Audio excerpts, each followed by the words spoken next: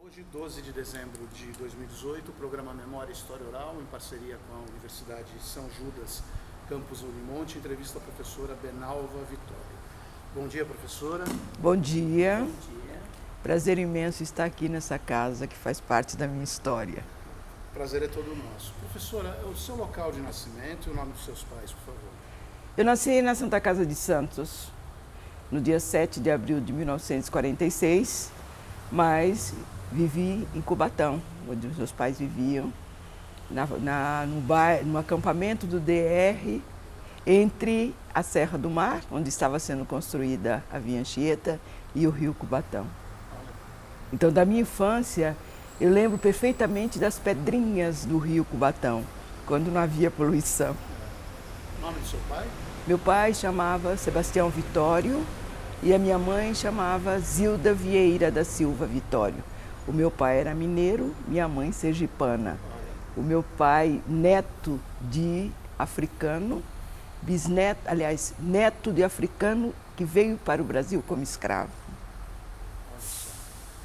E ele trabalhou na construção da Via Anchieta, é isso? Sim, ele era administrador do Departamento de Estrada de Rodagem e trabalhou em Cubatão, na construção da Anchieta. Quando eu tinha mais ou menos 8, 9 anos, ele foi transferido para Praia Grande. Né? E quando deu início à construção dessa rodovia que liga, né, a Praia Grande até o litoral sul. Ah, sim, a Pedro Táxi. Pedro Táxi. Não sei se é Pedro Táxi ainda, mas enfim. Então a senhora participou, a sua infância, na coisa histórica da cidade, que é a construção da Via Anchieta. Exatamente. A minha infância foi passada no acampamento do DR, à beira da... Eu estou escrevendo a minha biografia e eu começo a lembrar as pedras do Rio Cubatão e as árvores sendo derrubadas na Serra do Mar. Eu começo por aí. Começa por aí. Está escrevendo? Estou escrevendo. Vamos lançar nos avisos, por favor. Com certeza. E a senhora estudou a primeira Bem, escola lá em Cubatão? não. Nós nos mudamos para Praia Grande, eu já tinha 8, 9 anos, é que foi construída a primeira escola na Praia Grande, Beatriz Galvão Forbes. Então eu fui para a escola com 9 anos, mas eu já era alfabetizada pelas minhas tias. Dos meus 9 anos até os meus gloriosos 72 anos atuais, eu nunca parei de estudar. Olha, maravilha. E lá em Praia Grande, quais são as suas lembranças? As minhas lembranças são catar caranguejo no mangue, com a molecada, com os amigos, a escola primária, quando no intervalo das aulas, para ajudar minha mãe e meu pai, eu vendia cocada, levava o cestinho de cocada e vendia no intervalo. Era sempre a primeira aluna da classe, todas as festas de premiação, dia da árvore e dia do índio, eu sempre ganhava presente, porque eu sempre gostei muito de escrever, né? Era minha paixão escrever. Tanto é que quando eu terminei o colegial, fiz o ginásio e o colegial no Martim Afonso, em São Vicente. Quando eu terminei o colegial, a minha tendência era para as letras, mas eu queria fazer jornalismo. Mas o meu pai proibiu. Dizia ele que mulher não podia fazer jornalismo, que era profissão de homem. E não podia fazer direito, que era uma profissão de ladrão. Duas profissões proibidas. E eu passei no vestibular de jornalismo. Sim. E logicamente disse a ele que estava fazendo direito, estava fazendo letras. Só 3 ou 4 meses depois é que eu falei que estava fazendo jornalismo. Na Sociedade Visconde São Leopoldo, Faculdade de Filosofia e Letras, que tinha um curso de jornalismo. Nessa época era no Campus Pompeia, né? Na Euclides da Cunha. Aquela casa. Aquela casa antiga, exatamente. Foi ali que eu me formei. Me formei em 1970, jornalismo. Enquanto eu fazia a faculdade, eu trabalhava na refinaria Presidente Bernardes, em Cubatão. No último ano do curso, eu fiz estágio no Cidade de Santos. E no final de 1970, eu resolvi sair para o mundo. E uma cabo-verdiana, a Alessia Almeida, que trabalhava comigo na refinaria, ela falou-me de uma bolsa de estudos do Consulado de Portugal. Foi então que eu escrevi uma proposta de desenvolver um trabalho sobre a comunidade luso-brasileira. Apresentei ao consulado aqui em Santos, ganhei a bolsa E, assim, em menos de 15 dias, eu pedi demissão da refinaria, saí do jornal, comprei minha passagem e fui para Portugal. Cheguei em Lisboa, saí do Brasil pela primeira vez, cheguei em Lisboa no dia 28 de dezembro de 1971, antevéspera da passagem de ano, sem conhecer ninguém, sem conhecer nada, sem ter a mínima referência do país. Então, o imaginário que tínhamos, eu pelo menos tinha imaginário de Portugal, uma aldeia, os portugueses como os meus vizinhos, o seu Joaquim e Dona Maria. E quando eu cheguei em Lisboa, eu vi que não era nada daquilo. Então o curso, a bolsa que eu ganhei era um curso de 2 anos, de Ciências Sociais e Política Ultramarina, tá? Com a bolsa de 1 ano com direito à prorrogação a mais 1 ano para cumprir o curso de 2 anos. Em 1974, já tinha terminado o curso, estava a iniciar o meu trabalho de conclusão do curso, que seria mestrado, né? O curso seria mestrado. Só que no dia 25 de abril de 1974 houve a chamada Revolução dos Cravos. Acabou o Ministério do Ultramar, acabaram as bolsas de estudos e eu fiquei a ver navios em abril com o trabalho iniciado. Mas como eu tinha uma ótima produção e bons amigos, a minha bolsa foi prorrogada até o final de 74. Logicamente eu tive que procurar outro orientador, porque o meu fugiu para o Brasil naquela altura. Terminei o meu trabalho, que foi a Imagem do Brasil na imprensa portuguesa, que foi publicado pelo Instituto Superior de Ciências Sociais e Política, porque caiu o ultramar. Caiu o ultramar. Depois eu trabalhei ainda algum tempo em Portugal, como no Semanário Expresso de Lisboa. Depois, em seguida, eu recebi um convite da Embaixada do Brasil em Moçambique para trabalhar com eles. Só que eu fui impedida de trabalhar porque eu tinha um processo político no Brasil. Voltei para o Brasil com muitas dificuldades. Naquela altura eu trabalhava também no Jornal do Brasil, no Rio de Janeiro. Fui demitida do jornal, evidentemente. Mas eu recebi um convite da Universidade Eduardo Mondlane, em Moçambique, para trabalhar como pesquisadora na universidade. E para lá fui. Bem, nessas idas e vindas, foram 17 anos fora do Brasil. Em Moçambique eu tive um filho, ou seja, eu resgatei a origem do meu pai. Dei um neto ao meu pai, nascido em África, filho de um moçambicano. Na altura era moçambicano, agora é português, né? E essa é um pouco da história da minha vida. Academicamente, eu voltei para o Brasil em 86, né, com uma criança pequena ainda para criar, separada do pai dele.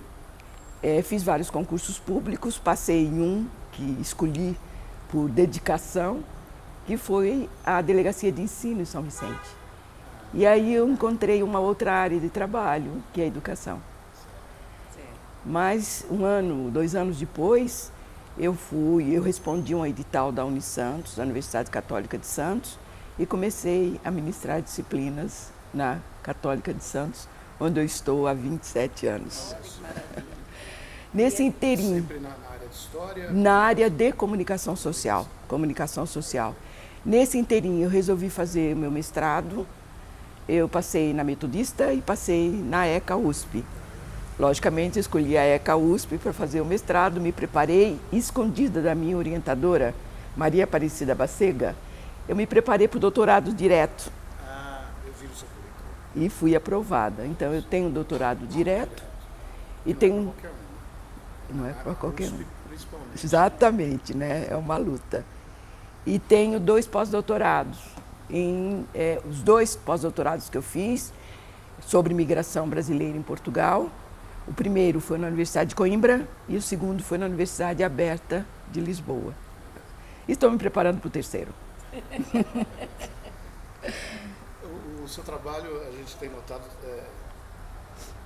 tem muito sobre imigração, tanto de portugueses para o Brasil como de brasileiros para Portugal. Fala um pouco sobre isso. Bem, como eu disse a vocês, desde 1971, quando eu estive nessa casa pela primeira vez, que eu procurei trabalhar com a questão da identidade. Eu sempre me perguntei quem eu era E quando eu descobri aos 15 anos que o meu avô tinha vindo para o Brasil como escravo, eu fiquei mais apaixonada para entender essa minha origem tão híbrida, porque do lado da minha mãe eu tenho ascendência indígena.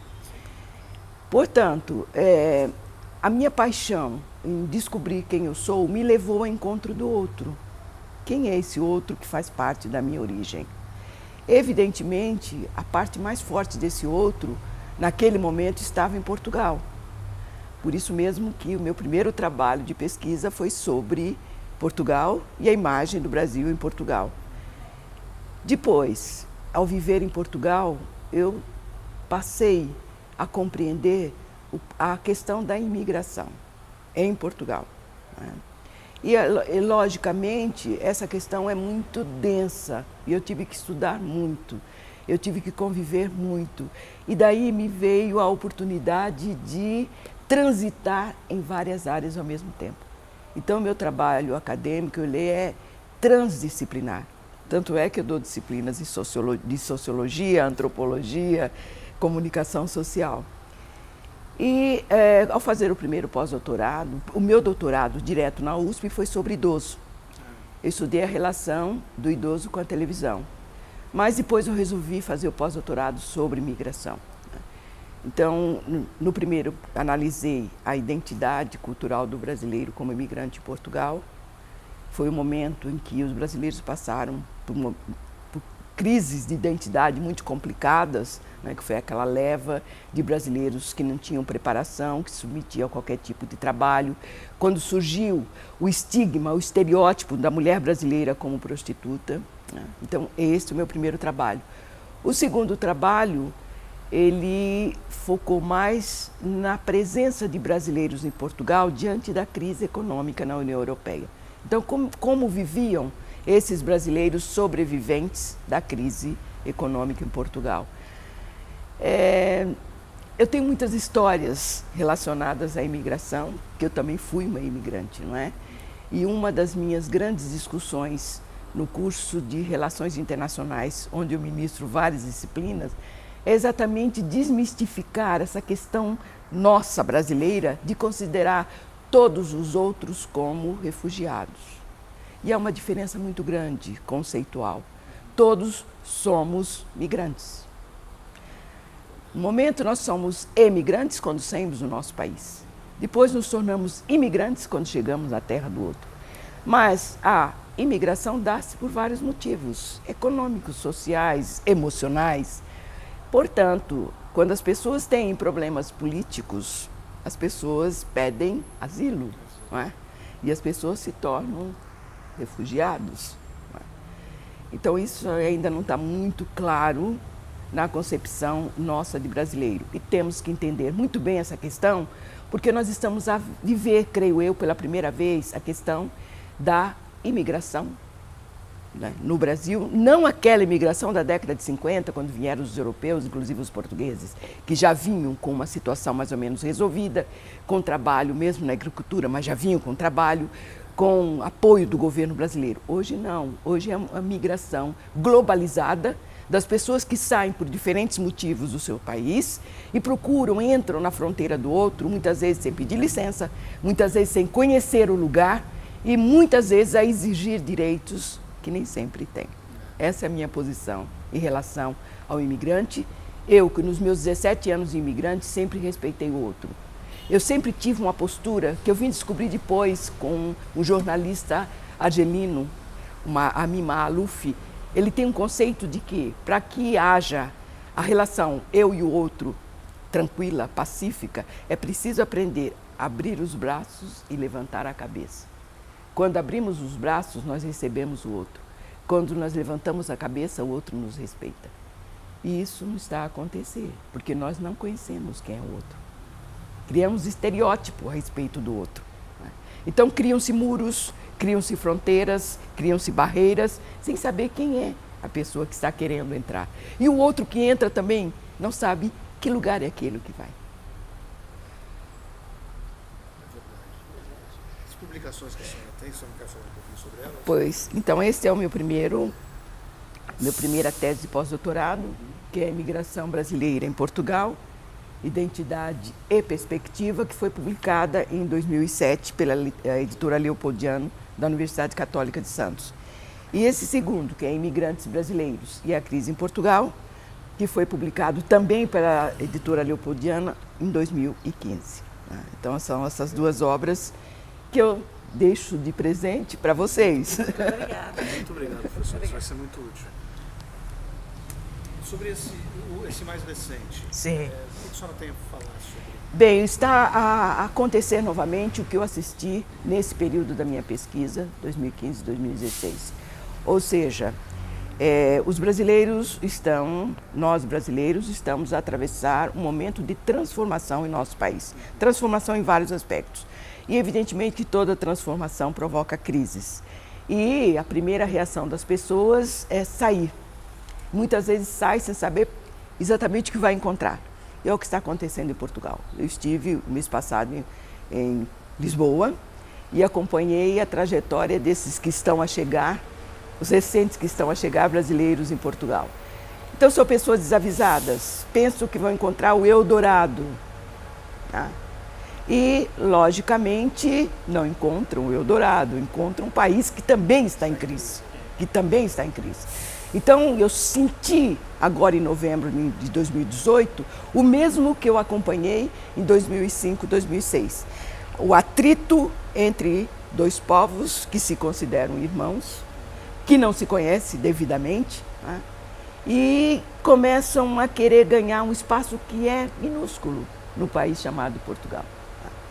Então, os portugueses estão a acusar os brasileiros que estão a criar inflação no país, porque tudo está a aumentar, porque está a chegar muito brasileiros. Logicamente, como nos dois trabalhos que eu fiz, há dois status de brasileiros, pelo menos em Portugal, que eu estudei.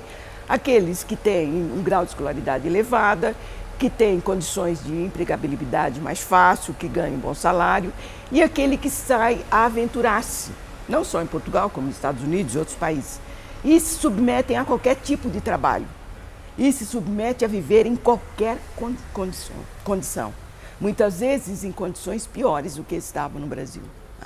Então foi isso que eu observei e preocupou-me imenso, porque eu acredito, como meu segundo trabalho, que foi sobre a crise dos brasileiros e a crise em Portugal, que eles vão retornar. Já estão a retornar. E o retorno deve-se exatamente isso, porque não se preparam para sair, não conhecem para onde vão e se decepcionam, porque criam um imaginário que do outro lado é melhor. É maravilha. Existe uma corrente migratória também da classe mais alta, né? Sim, essa aí é um pouco. Essa daí eu nem quero tocar no assunto, porque também é o meu projeto de terceiro ou quarto pós-doc, mas no momento ele é muito perigoso. Por isso que eu não quero tocar. Eu vou esperar definir as situações para depois tocar nesse assunto que é muito denso e muito delicado. É um outro nível de brasileiro. Portugal na Europa hoje é um país da moda, enfim, por causa do turismo, basicamente. Exatamente. É o turismo, é Exatamente. o melhor destino do mundo, já saiu agora, Exato. como turismo e tal. Então isso acaba criando uma nostalgia, né, em volta do...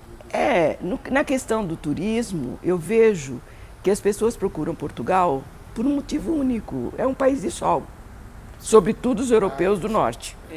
No caso dos brasileiros, porque fala a mesma língua, porque tem bacalhau, porque tem vinho. No caso dos brasileiros. Tá? Então eu observei, eu fiquei num hotel bem central em Lisboa, agora em novembro, eu observei que os turistas brasileiros, eles vão para as compras. Eles vão para Belém, para comer pastel de Belém, sabe, para ir no mosteiro do São Jorge, para fazer turismo. E não conhece o país. Olha, a SIC RTP, no noticiário da semana que eu estive em Lisboa, deu uma ênfase muito grande a uma notícia que deixou-me muito preocupada. O encanamento do país está muito velho, está enferrujado e a água está contaminada. E é o país que tem o melhor turismo da Europa. Mas o que é melhor? Preço mais baixo. Come-se muitíssimo bem. Né? O português, ele é hospitaleiro para o turista. Se for o outro imigrante, o indocumentado, é outra história. Mas para o turista ela é muito. Vai gastar, né? Exatamente, vai pôr dinheiro no país. Então eu vejo que nós brasileiros temos que atentar para um detalhe: todos nós estamos em transformação.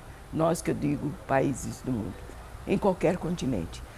Eu também estive em Moçambique, onde eu morei 5 anos, conheço muito bem o país, continua na mesma situação, um desnível socioeconômico muito grande, gritante, corrupção de uma forma vergonhosa, tá? E um governo que está há 43 anos no poder, o mesmo partido. Tá? Então são essas situações, não é, que implicam transformações, e todas as transformações são doloridas, né? Professora, se a senhora dissesse algumas palavras sobre a imigração portuguesa no Brasil, notadamente em Santos. Sim, de modo geral. Porque Santos é uma cidade que, né, os imigrantes portugueses aqui é notório, né? Sim, a influência é muito sim, grande. sim. Acho que talvez mais até que o Rio de Janeiro. Né? Pois. Sobre a imigração europeia, e especialmente a portuguesa no Brasil, no meu primeiro trabalho de pós-doutorado, eu faço todo o trajeto histórico, né? Então, foi um contexto, os europeus vieram para cá, inclusive os portugueses, num contexto em que o Brasil precisava desenvolver a sua agricultura e que a Europa estava saindo de uma guerra, né? Então, é muito diferente da imigração atual. Então, os portugueses que cá estão são aqueles portugueses já estabelecidos, que já se sentem brasileiros, e os seus descendentes também, não é? Acabam criando uma nacionalidade híbrida, não é? No caso dos filhos e dos netos dos portugueses. Eu sinto que esses portugueses, por isso mesmo que eu estou pensando em fazer meu terceiro pós-doc sobre festas folclóricas portuguesas em Santos, eu sinto que esses portugueses eles estão muito desvinculados da realidade do país. Há uma das minhas alunas de jornalismo que vai fazer o ano que vem um trabalho de conclusão de curso sobre a imprensa santista, no caso, Tribuna em Cidade de Santos, a respeito das notícias sobre o governo de Marcelo Caetano. E talvez neste estudo ela possa levantar as lembranças desses portugueses de um período tão recente, que foi marcante para Portugal. Não é? O que eles souberam? Como é que eles acompanharam? O que foi o 25 de abril para os portugueses que cá estavam? Eu não estava cá, eu estava lá. Mas como é que foi cá? Como é que esses portugueses viram? Eu não tenho, assim, muitas, a não ser levantamentos históricos, mas eu não tenho muitas referências atuais da identidade desses portugueses que cá estão, não só em Santos, mas no Brasil de um modo geral. Mas eu acredito que eles estão muito mais enraizados, vinculados no Brasil, do que os brasileiros lá fora, acredito eu. Alguma coisa que a senhora queira acrescentar? Olha, foi um prazer imenso. Vocês não imaginam a emoção que eu sinto de voltar a essa casa, né, onde eu estive pela primeira vez e última vez, em 1970, final de 1971, quando eu ganhei a minha primeira bolsa de estudos, que depois ganhei outras, a CAPES inclusive, minha primeira bolsa de estudos do governo português, que tinha um outro regime, o regime chamado da velha senhora, no Brasil que também tinha um outro regime, não é? E volto a essa casa e sinto resgate da minha história. Isso me dá mais força de escrever. Exatamente. Isso me dá mais força de escrever a minha autobiografia, contar as histórias de paz e de guerra, histórias de encontros e desencontros, história de conhecimentos e falta de conhecimentos, não é? E histórias que eu transmito para os meus alunos da necessidade que nós temos de estar com o outro, de olhar para o outro e não saber do outro na tela do celular ou do computador, mas tocar o outro, né? Sentir esse contato. Isso é muito importante, que está faltando muito hoje, né? Entre não só os jovens, também os adultos. Né? Eu agradeço imenso o convite de vocês, sinto-me muito honrada, não só eu, como meu filho, meu neto, os meus alunos. Qual é o nome do seu filho? Meu filho chama Enio Jorge Vitório da Costa Castro. E mora aqui em Santos? Não, mora em São Paulo. Mora em São Paulo. E ele é engenheiro civil E o meu neto chama Samuel Ferreira Vitório da Costa Castro. E a minha nora Gabriela. O filho nasceu em Moçambique, O meu filho nasceu em Moçambique, com 5 anos nós saímos Casa da Guerra em Moçambique, eu pedi rescisão do meu contrato, voltamos para Portugal, ficamos mais uns 3 anos em Portugal, depois eu resolvi voltar para o Brasil em 86, quando já não havia mais, estavam na redemocratização. E aqui ele fez os seus estudos em escolas públicas, com sotaque português, ainda fala ronga, que é o dialeto do Maputo. Depois ele fez a FEI, fez engenharia civil na FEI, e é um profissional competente, um bom filho. Professora, quando a senhora lançar a sua biografia, eu quero que volte. Com certeza. Isso é uma honra para nós. Votarei com certeza. Muito obrigado pelo seu depoimento. A Fundação Arquivo Memória agradece o depoimento da professora Benalva Vitória. Eu que agradeço. Muito obrigada. Esqueceram de um detalhe no meu nome, eu tenho da Silva, que é o bem brasileiro. É da Silva Vitório. O da Silva com muito orgulho, né? Porque é bem brasileiro. O Vitório também tem um detalhe dessa história. O Vitório é porque meu pai foi adotado por uma família italiana. Ah, sim. E daí o Vitório no nome. Eu que agradeço a todos pelo carinho, pela atenção.